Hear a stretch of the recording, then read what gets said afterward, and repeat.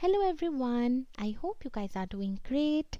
This is your educator Shruti and let me welcome you all to my new YouTube channel Prepare with Shruti.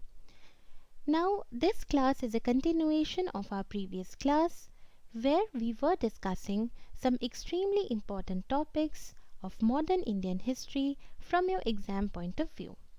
Now these important topics have been chalked out based on the analysis of your previous year UPSC Prelims question papers from 2008 till 2019.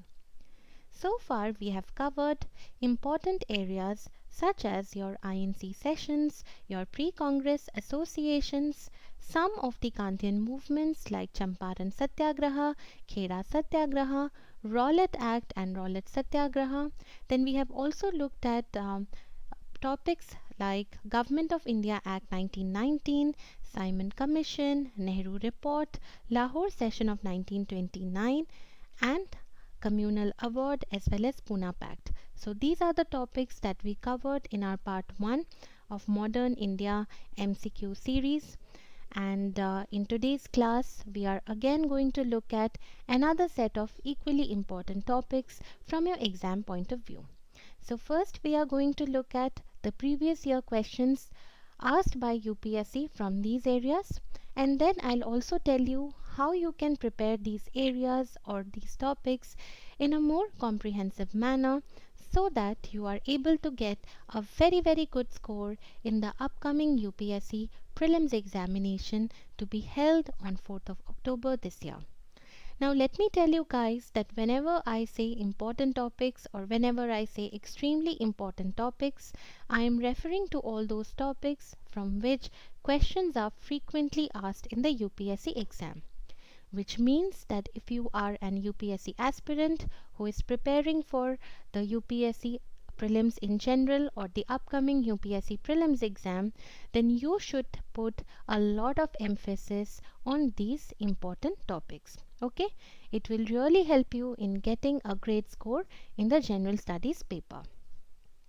Now this class is going to be useful not just for the aspirants who are preparing for the UPSC Prelims exam, but also for other aspirants who are preparing for other competitive exams like your APSC Prelims or any other government exam, because modern India is an extremely important part of the general studies paper. So if you want to make most of this video, then do watch it till the end. Okay, so you can read about me here, and if you find my videos useful, if you like my videos, if you find them informative, then please subscribe to my channel Prepare with Shruti and do click on the bell icon as well so that you are updated whenever I upload any new video. And please like and share these videos as well, because it would really motivate me to constantly come up with good and relevant content for you. You can also connect with me on my Facebook page Prepare with Shruti for any queries. I would also like to tell you guys that if you want me to make videos for you in Hindi and Assamese apart from these English lessons, then do let me know in the comment section below. I would be happy to do that for you. So having said all of this, let us get started with our class.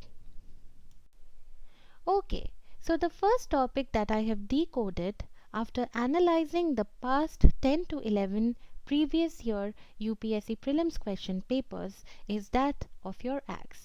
Now these acts are very important from your exam point of view, because every year or the other questions are being asked from this topic. Now if you have looked at the previous year papers, you will realize that questions have been mostly asked on the Government of India Act 1919, and we covered that in our last class. Okay, so which means that from your exam point of view, this GOI Act of 1919 is very important. However, this does not mean that you will focus only on the 1919 Act and ignore the other acts. This definitely shouldn't be your strategy. I would suggest that whenever you are preparing for any competitive exam, and in this context the UPSC Prelims exam, always prepare all these acts starting from the Regulating Act of 1773 till the Indian Independence Act of 1947 in a very detailed and comprehensive manner. Okay, because this will really help you a lot in getting a very good score in your modern Indian history section of your general studies paper. Now before we start looking at the questions, let me tell you guys that whenever you are preparing this topic in general, two things should be in your mind. Firstly, you should try to understand the background in which a particular act was being introduced. And secondly, you should familiarize yourself with the salient features of a particular act. So background and salient features are the two important things which should be in your mind whenever you are preparing this topic of acts or whenever you are revising this topic of acts for any competitive exam. Okay?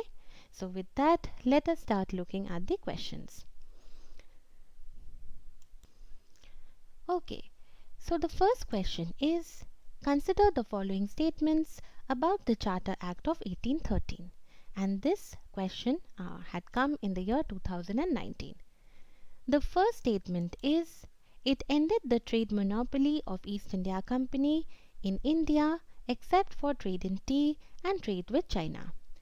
Now, if you remember the background in which this Charter Act of 1813 was introduced, you would recall that this was the time when there were discussions going on regarding the privileges enjoyed exclusively by the East India Company vis-à-vis the other English companies.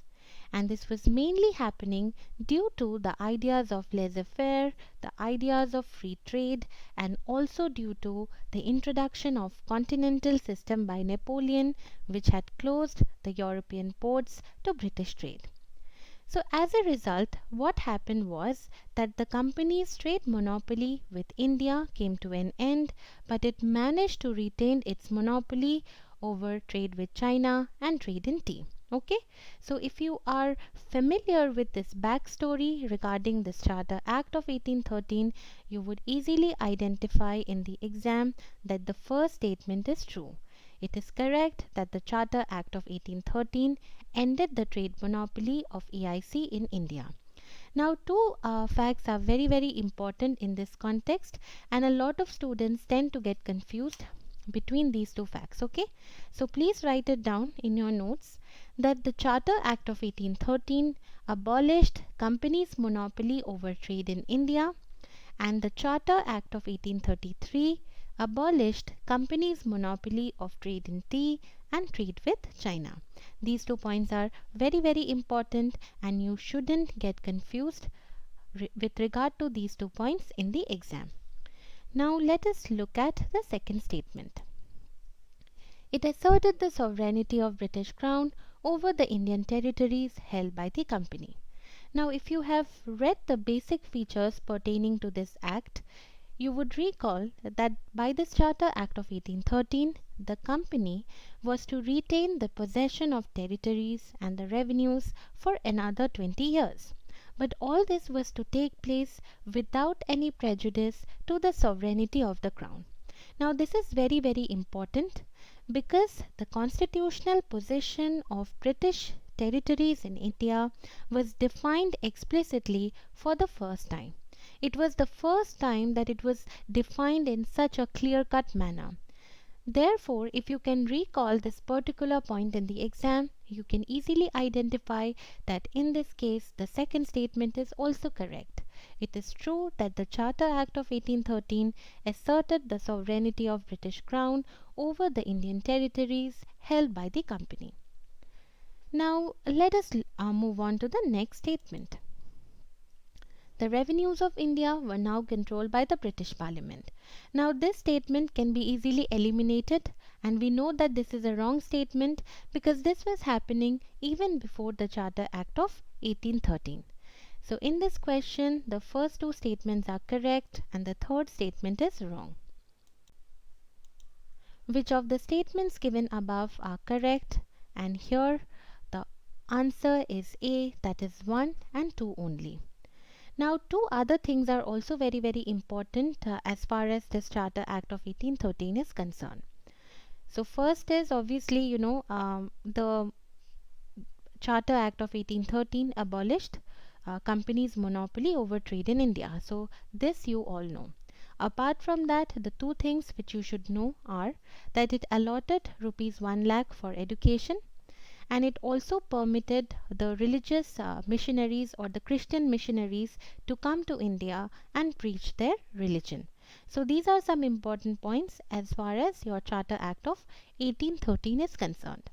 Now, from your exam point of view, your Charter Act of 1833 is also very, very important.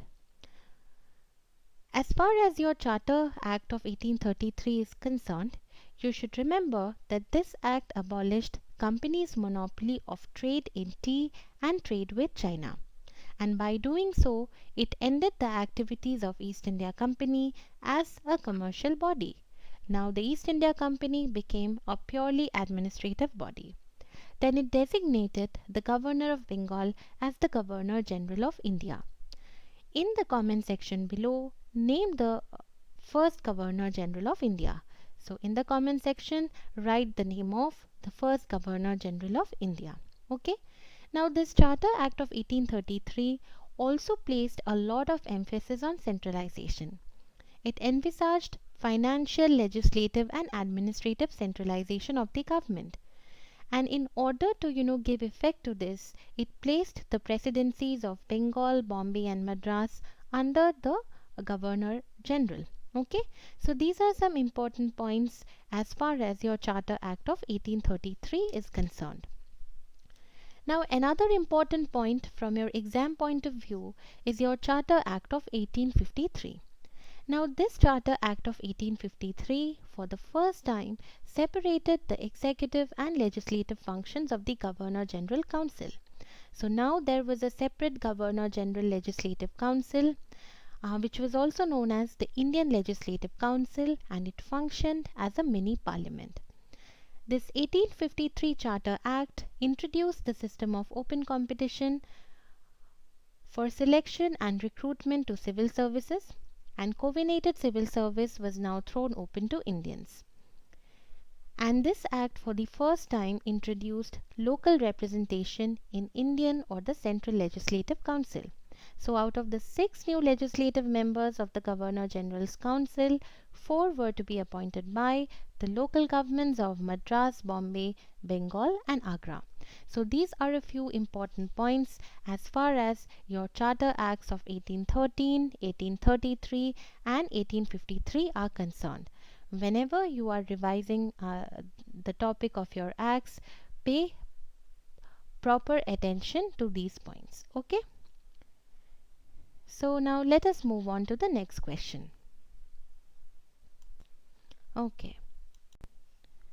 So the next question is, in the federation established by the Government of India Act of 1935, residuary powers were given to, and the options are A. Federal Legislature, B. Governor General, C. Provincial Legislature and D. Provincial Governors.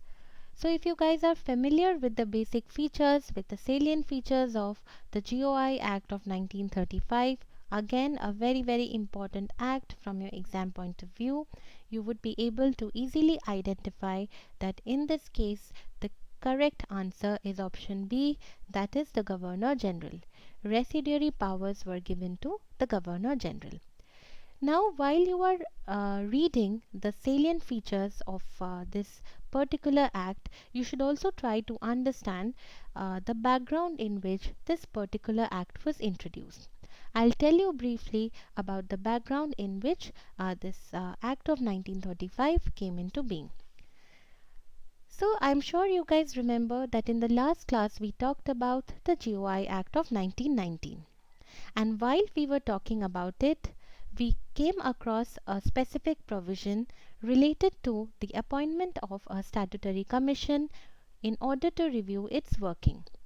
So that statutory commission took the shape of Simon Commission, which eventually submitted its report in 1930. And in its report, the Simon Commission suggested abolition of hierarchy. It talked about the extension of responsible government in the provinces. It also talked about establishment of a federation of British India and princely states, and it talked about the continuation of communal electorates. Now, in order to consider these proposals put forward by the Simon Commission, three roundtable conferences were convened, or three roundtable conferences were organized. And based on the outcome of the third roundtable conference, a white paper on constitutional reforms was published. And this white paper contained not only the provisions on federal setup but also provisions on provincial autonomy. This white paper on constitutional reforms is extremely important because on the basis of this particular white paper on constitutional reforms, the Government of India Act of 1935 came into being. So this is the background that you should keep in mind whenever you are revising the important features, the salient features of the 1935 Act. So this is the backstory. Now, as far as the features of this important act are concerned, you should always focus on points like that this act provided for the establishment of an all India federation with provinces and princely states as units. It abolished hierarchy in the provinces and introduced provincial autonomy. It talked about responsible government in the provinces, which means that the governor was required to act with the advice of ministers responsible to the provincial legislature. It introduced bicameralism in states like Assam, Bengal, Bombay, Bihar, United Provinces, and Madras. Separate electorates were extended. Okay. Then another important point with regard to this act is that it abolished the Council of India, which was established by the GOI Act of 1858. Now, this Council of India was mainly established to assist the Secretary of State, and this council was abolished by the Government of India Act 1935, and the Secretary of State was provided with a team of advisors. Then around 10 to 14% of the total population got voting rights, and it also led to the establishment of RBI and establishment of Federal Public Service Commission, Provincial Public Service Commission, and Joint Public Service Commission. And a federal court was set up in the year 1937. So these are a few important points which you should keep in mind whenever you are revising the important features pertaining to the Government of India Act 1935. And while you are doing that, always keep the backstory that I just shared with you in mind. Okay. Now, in the context of this particular question, as we just discussed a few minutes back, the correct answer is B, that is the Governor General. Okay, now let's look at the next question. What was or were the objects of Queen Victoria's Proclamation of 1858? And this question was asked in the year 2014. The statements are: first statement, to disclaim any intention to annex Indian states. Second statement, to place the Indian administration under the British Crown. Third statement, to regulate the East India Company's trade with India. This should be India, okay? Select the correct codes, and these are the options. Now, this proclamation, which is famously known as the Queen's Proclamation, was issued in the year 1858 in the aftermath of the revolt of 1857. Now, due to the revolt of 1857, there was a lot of discontent against the East India Company, as a result of which its rule came to an end. Okay. Now, on 2nd of August 1858, the British Parliament passed the Government of India Act 1858, which is popularly known as the Act of Good Government of India or the Act of Better Government of India. Now, this act is very, very important because it declared Queen Victoria as the sovereign of British India, and it also provided for the appointment of Secretary of State for India, who would be a member of the British cabinet. Now this act was to come into effect on 1st of November, and on that very same day Queen Victoria issued a proclamation, and you can write it down. This proclamation basically promised religious toleration. It also promised no further expansion of territorial possessions, and it proposed to govern Indians according to their established traditions and customs. So, if you are familiar with this kind of a background regarding the Act of 1858 or regarding the Queen Victoria's proclamation, you can easily identify that the first statement is correct. Okay, so one of the objectives of Queen Victoria's proclamation was to disclaim any intention to annex the Indian states. First statement is correct. Then the second statement is also correct, that it wanted to place the Indian administration under the British Crown. Okay, so the first statement is correct and the second statement is also correct.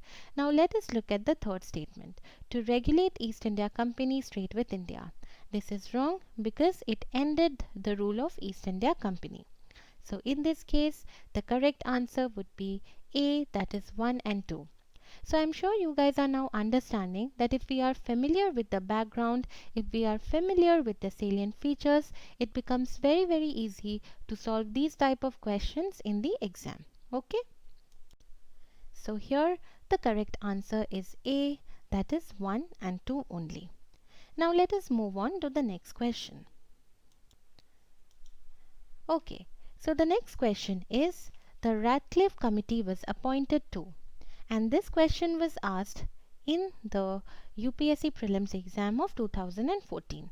Now this question is related to your Indian Independence Act of 1947.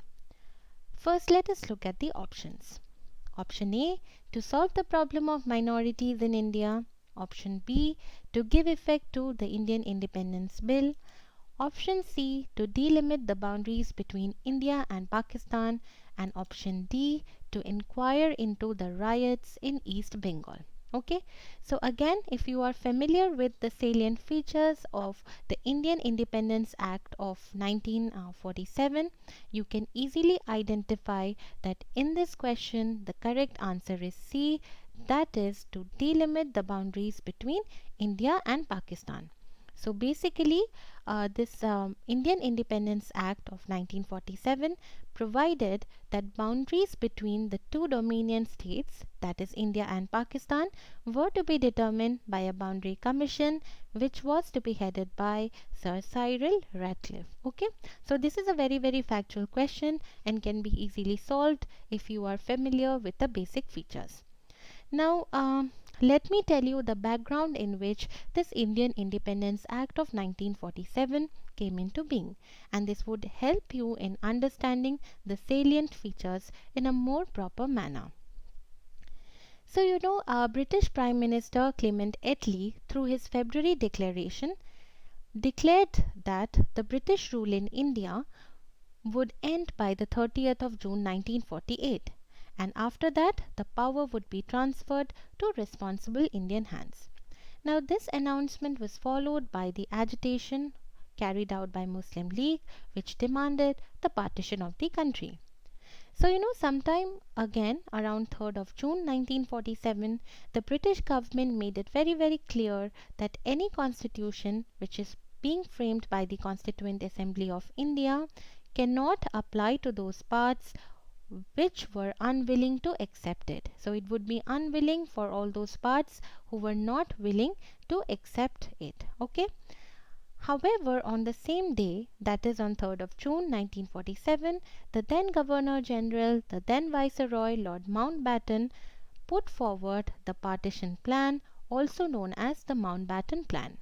This plan is also famously known as Plan Balkan. Okay, and the plan put forward by Lord Mountbatten was accepted by the Congress and the Muslim League, and immediate effect was given to this plan by enacting the Indian Independence Act of 1947.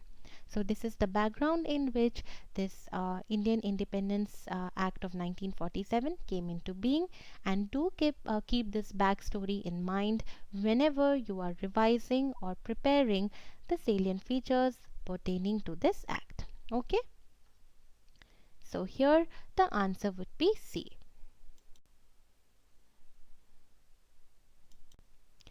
Okay, now the next topic that I have decoded based on the analysis of your previous year question papers is your Partition of Bengal and Swadeshi movement.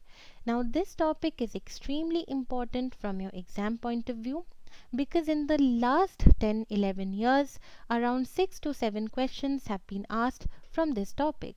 So whenever you are preparing your modern Indian history section, always pay attention to this topic properly. Okay, so let us start looking at the questions. The first question is, what was the immediate cause for the launch of Swadeshi movement? And this was asked in 2010. The options are A. The Partition of Bengal done by Lord Curzon. B. A sentence of 18 months rigorous imprisonment imposed on Lokmanya Tilak. C. The arrest and deportation of Lala Lajpat Rai and Ajit Singh and passing of the Punjab Colonization Bill. And D. Death sentence pronounced on Chapekar brothers. Now this is a very simple question and very easy to solve if you have done your basic reading, or if you have read any basic textbook like your NCERT, your Spectrum, or your Bipan Chandra. Okay, so it's a very factual question, and in this case the correct answer would be A, that is the Partition of Bengal done by Lord Curzon. So the main brainchild behind this Partition of Bengal was your Lord Curzon. This Partition of Bengal was announced on 19th of July 1905, and it came into effect on 16th of October 1905. Now, even though the British government claimed that it was mainly done for administrative convenience, the reasons were entirely political. The main reason was that Bengal had become the nerve center of nationalist activities in India. Okay. Calcutta was not only the capital of British India, but it was also a leading center of trade as well as judicial administration. At the same time, it had become the source of most of the contemporary nationalist newspapers, which were instilling a sense of patriotism among the people. So basically, Lord Curzon wanted to weaken this national movement through this Partition of Bengal by encouraging alternate centers of activity and influence.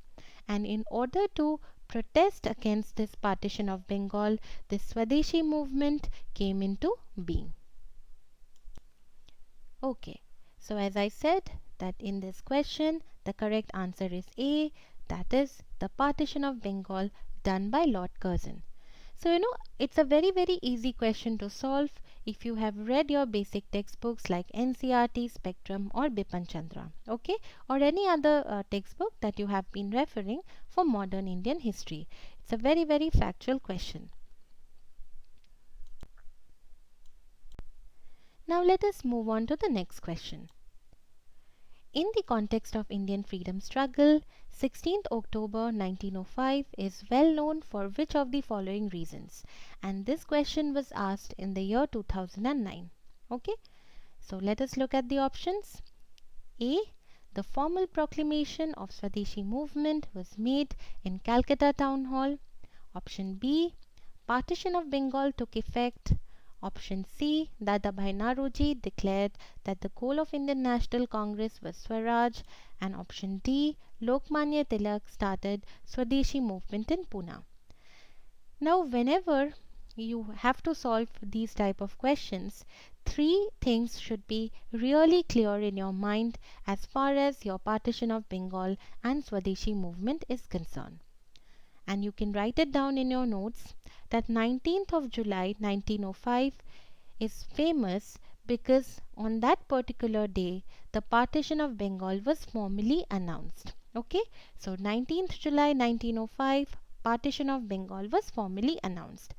16th of October 1905 is important because Partition of Bengal took effect.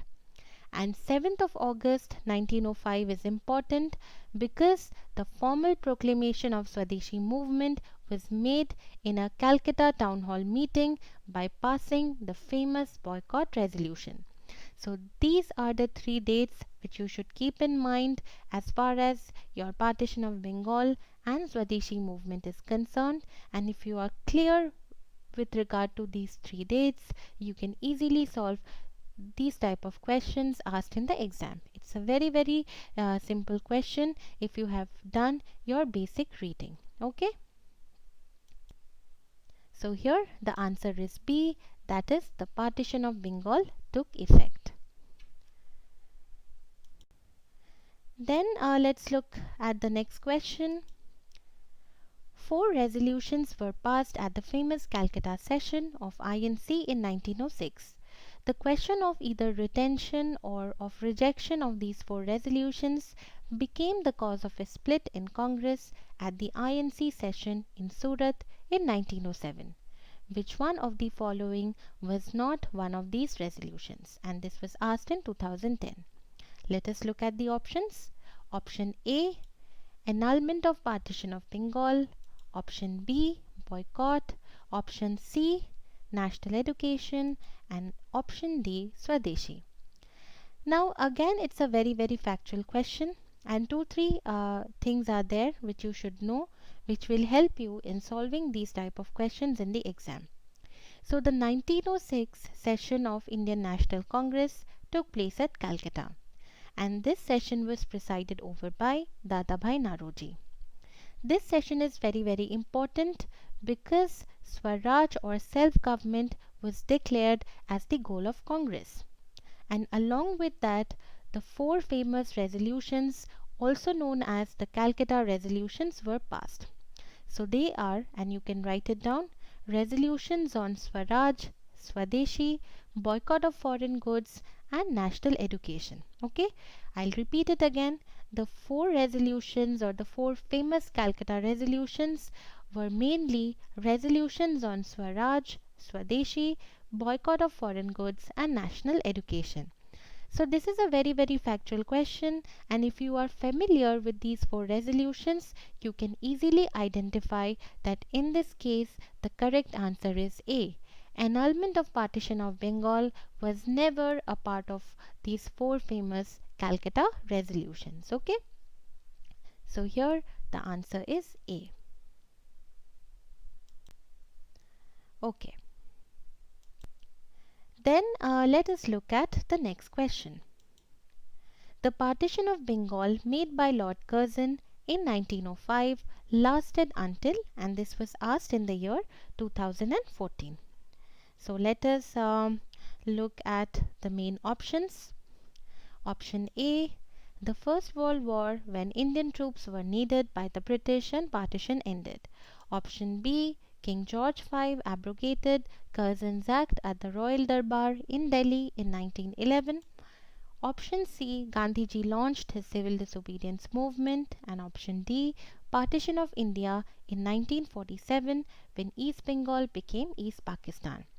Again, it's a very factual question and very easy to solve if you have done your basic reading. Now firstly, in the comment section below, write the name of the Governor General during whose tenure this Partition of Bengal was annulled, or during whose tenure the annulment of Partition of Bengal took place. Okay, please write it down in your comment section below. Now as is asked in the question, the correct answer would be B, that is King George V abrogated Curzon's Act at the Royal Darbar in Delhi in 1911, and it was decided to annul the Partition of Bengal mainly to curb the menace of revolutionary terrorism. Okay, and it was also decided that the capital would be shifted from Calcutta to Delhi. So these are a few important things which you should remember as far as your annulment of Partition of Bengal is concerned. So here the answer is B. Now let us look at the next question. The Swadeshi and boycott were adopted as methods of struggle for the first time during, and this was asked in the year 2016. The options are A. Agitation against the Partition of Bengal, B. Home Rule movement, C. Non-cooperation movement, and D. Visit of Simon Commission to India. Again, a very simple question, and there's nothing much to explain. Here the correct answer would be A, that is agitation against the Partition of Bengal. Okay, so this is the answer. Now let us move on to the next question. With reference to the Swadeshi movement, consider the following statements. And this question had come in the year 2019. Okay. The first statement is, it contributed to the revival of indigenous artisan crafts and industries. And the second statement is, the National Council of Education was established as part of Swadeshi movement. Which of the statements given above is or are correct? And these are the options. Now, if you remember your Swadeshi movement, you will realize that during this Swadeshi movement, a lot of emphasis was placed on the concept of self-reliance or Atma Shakti. And if you can remember this keyword self-reliance or Atma Shakti in the exam, you can easily identify that this first statement, which says that it contributed to the revival of indigenous artisan crafts and industries, is correct. Okay. Now the second statement, the National Council of Education was established as a part of Swadeshi movement. This is also true. Okay. And again, you have to just remember the keyword self-reliance or Atma Shakti, and if you remember this simple word, you can easily identify that both these options are correct. So National Council of Education had come up, then there was this Bengal National College with Aurobindo Ghosh as the principal, and there was also this Bengal Technical Institute which had come up. Okay. Then indigenous enterprises had also come up during the Swadeshi movement, such as PC Ray's Bengal Chemicals Factory. Now this reliance on Atma Shakti or self-reliance was not just confined to the economic sphere, but it also continued in the cultural sphere. For example, Abanindranath Tagore, he broke the domination of Victorian naturalism over Indian art, and he started taking inspiration from Mughal, Rajput and Ajanta paintings. Then the leaders who were involved in the Swadeshi movement, they started using the traditional popular festivals and melas in a very creative manner, such as the Ganpati festivals, the Shivaji festivals, and they also made use of the traditional folk theatre forms such as jatras to mobilize the masses. Okay. So a lot of emphasis was placed on self-reliance and Atma Shakti. And as I said, that if you can remember this keyword in the exam, you can easily identify that both these options are correct. And therefore, the answer here would be C, that is both 1 and 2. Okay. Now another important topic that I have decoded is your Surat Split. So topics like Partition of Bengal, Swadeshi movement, Surat Split, they are linked and are equally important from your exam point of view. So whenever you are preparing your modern Indian history section, whenever you are revising your modern Indian history section, always pay a lot of attention to these topics. Okay. Now let us look at the questions related to the split of Surat. The first question is, which of the following movements has contributed to a split in the Indian National Congress, resulting in the emergence of moderates and extremists?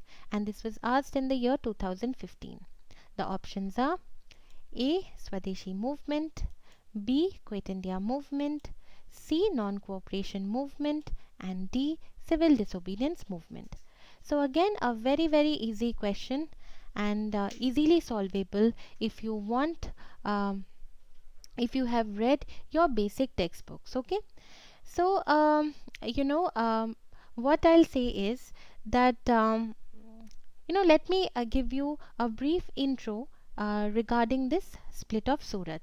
So basically, in the 1905 session of Indian National Congress, which took place at Banaras and which was presided over by Gopal Krishna Gokhale, the Indian National Congress supported the Swadeshi movement and the boycott movement of Bengal. Now the extremist leaders, they wanted to extend this movement to different parts of India, and they wanted to convert it into a full-fledged political mass struggle by extending the boycott from foreign goods to every form of association with the government, such as boycott of schools and colleges, boycott of government offices, government courts, titles, etc. However, the moderate leaders, they were not in favor of extending the movement to other parts of India. They wanted to confine it only to Bengal, and this is where differences started emerging between the two groups of extremists and moderates. Okay. Now, these differences were obviously there during the 1906 INC session as well, but a split was avoided because it was presided over by Dadabhai Naroji, who was respected by all the leaders. Okay. Now, as we discussed in the previous questions, that during this 1906 Calcutta session, Swaraj was declared as the goal of Congress, and 4 resolutions on Swaraj, Swadeshi, boycott, and national education were passed.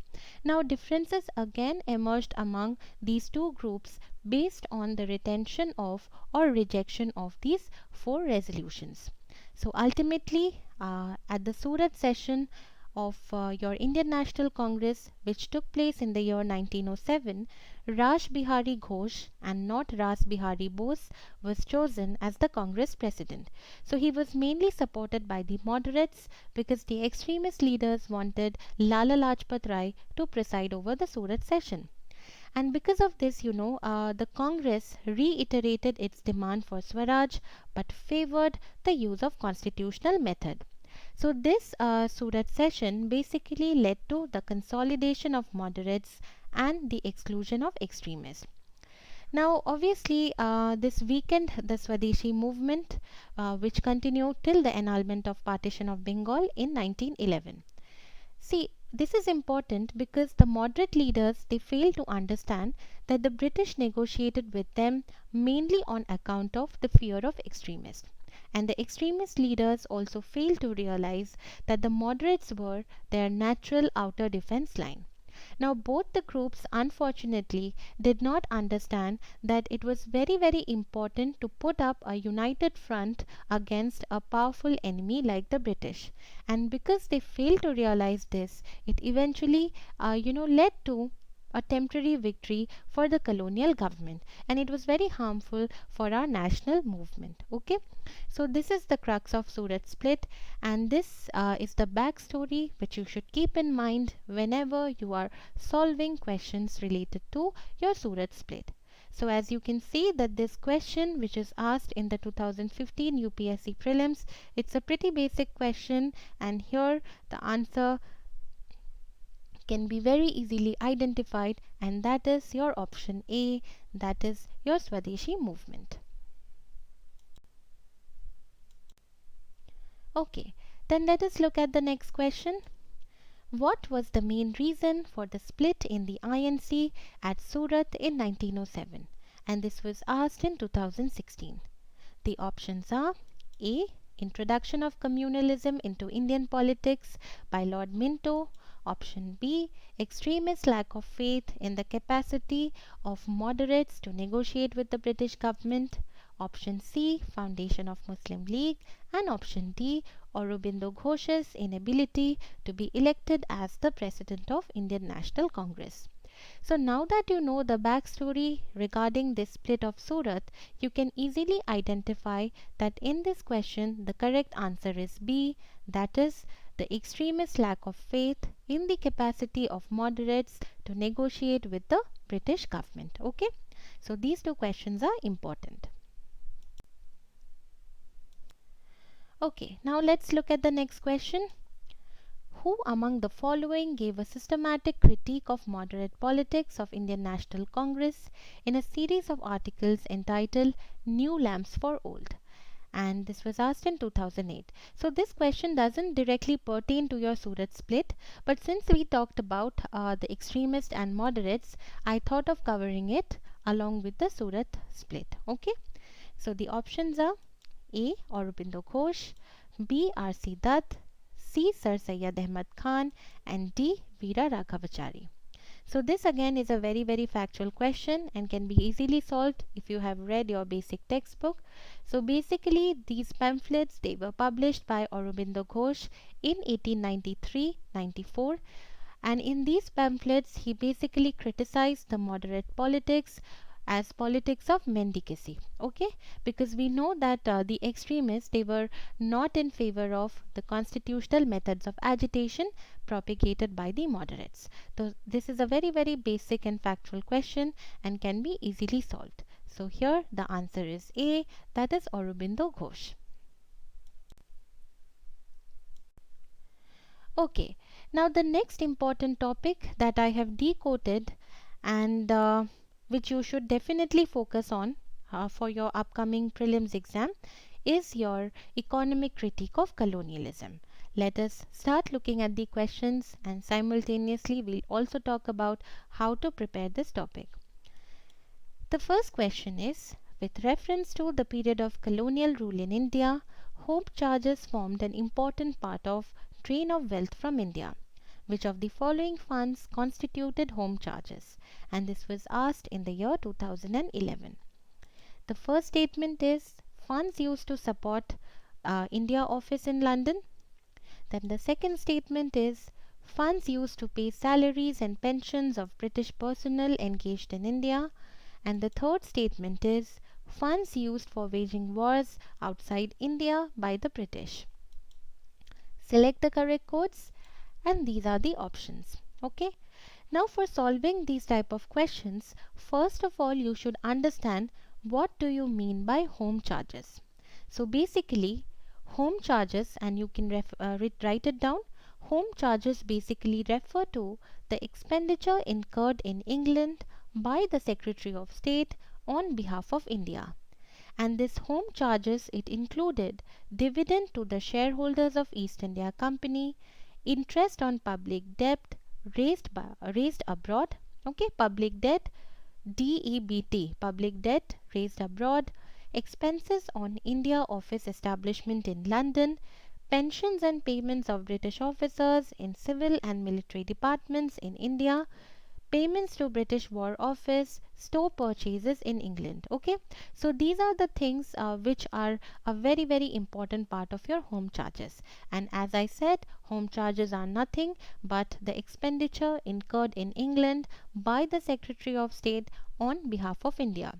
So if you have this much understanding regarding the home charges, you would easily identify that all these three statements, that is funds used to support the India office in London, funds used to pay salaries and pensions of British personnel engaged in India, and funds used for waging wars outside India by the British, all these three are correct and they constituted an important component of home charges. So in this question, the correct answer would be D, that is 1, 2 and 3. Okay. Hello everyone, I hope you guys are doing great. Now let us look at the next question.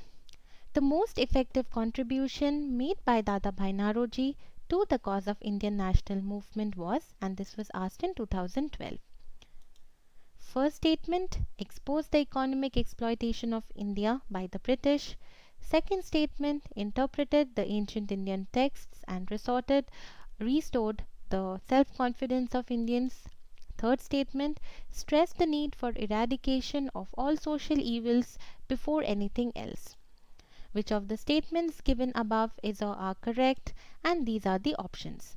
Now, if you have read your basic textbooks, you would know that Dadabhai Naroji, who is also known as the Grand Old Man of India, he mainly, contributed through his economic critique of colonialism. He is very, very famous for his drain of wealth theory. And if you know this much of basic information, you would realize that in this question, the first statement is correct and both the second and the third statements are wrong. And therefore, the answer would be A, that is one only. Okay. Now let us look at another question. Who of the following was or were economic critiques of colonialism in India? 2000, it was asked in 2015. So three personalities are mentioned. They are Dadabhai Naroji, G. Subramaniam Iyer, R.C. Dutt. Select the correct quotes and these are the options. Now, first of all, while solving these type of questions, you guys should know that this economic critique of colonialism was the most significant contribution of the moderates. And these moderates made the people realize that colonialism is the main obstacle to India's economic development. Okay, so the famous economic nationalists are Dadabhai Naroji, the grand old man of India, who is very, very famous for his work Poverty and Un-British Rule in India. Then there is R.C. Dutt, who is also very famous for his work The Economic History of India. Then you have G. Subramaniam Iyer, you have Gopal Krishna Gokhale, you have M.G. Ranade, G.V. Joshi and P.C. Ray. Okay, so these are the famous economic nationalists, and these personalities are very, very important from your exam point of view. So these personalities mainly talked about the drain of wealth from India to Britain. So according to them, a large part of India's capital and a large part of India's wealth was being drained out of India to Britain in the form of salaries and pensions of British officials, both civil and military, in the form of interest on loans taken by the government, in the form of profits of British capitalists in India, and in the form of home charges or the expenses of Indian government in Britain. So in our previous questions, we talked about the important constituents of home charges. So, according to these critiques, this all this, contributed to the drain of wealth from India to Britain and was very much responsible for India's poverty. And this contribution made by these economic nationalists, it is very, very important because it exposed the exploitative nature of British rule in the eyes of Indian people. Okay, in front of Indian people, it exposed the exploitative character of British rule in front of the Indian people, and that is why the contribution of these economic nationalists is immense. Okay. So here, as I said, all these three personalities were very, very famous for their economic critique of colonialism, and the correct answer would be D, that is option 1, 2 and 3. Okay. Now another important topic which is related to your economic critique of colonialism is your economic impact of British rule. Okay. Now let us look at the questions. The first question is, economically, one of the results of the British rule in India in the 19th century was, and this was asked in 2018. Okay, the options are A, increase in the export of Indian handicrafts, B, growth in the number of Indian owned industries or factories, C, commercialization of Indian agriculture, and D, rapid increase in urban population. Again, a very, very basic question. If you have read your main textbooks or your basic readings, and this would be your option C, that is commercialization of Indian agriculture. Okay, so here the correct answer is C. So here the answer. Now let us move on to the next question. In the context of Indian freedom struggle, 16th October 1905 is well known for which of the following reasons? And this question was asked in the year 2009. Okay, so let us look at the options. A, the formal proclamation of Swadeshi movement was made in Calcutta Town Hall. Option B, Partition of Bengal took effect. Option C, Dadabhai Naroji declared that the goal of Indian National Congress was Swaraj. And option D, Lokmanya Tilak started Swadeshi movement in Pune. Now, whenever you have to solve these type of questions, three things should be really clear in your mind as far as your partition of Bengal and Swadeshi movement is concerned. And you can write it down in your notes that 19th of July 1905 is famous because on that particular day the partition of Bengal was formally announced. Okay, so 19th July 1905 partition of Bengal was formally announced. 16th of October 1905 is important because partition of Bengal. Now let us look at another question. Who of the following was or were economic critics? So this was all about today's class. Now these topics along with the topics that we covered in our part 1, these are very important from your exam point of view. So whenever you are preparing your modern Indian history, whenever you are revising this section of modern Indian history, always put a lot of emphasis on these topics. And if you haven't checked out the first part of this modern India previous year paper series, then do check it out along with this current video lesson on important topics of modern Indian history. Okay, so I hope that you found this lesson useful. Keep looking at the previous year question papers because they will really help you in understanding the kind of questions and understanding the kind of topics that are being asked from this section, and it would also tell you what all you should focus on while you are preparing for your exams. So if you found my videos useful, then please subscribe to my YouTube channel and also like and share the videos because it would really motivate me to constantly come up with good and relevant content for you. So having said that, let's end this class. I wish you guys all the best. Study well, stay safe, and have a nice day. Thank you.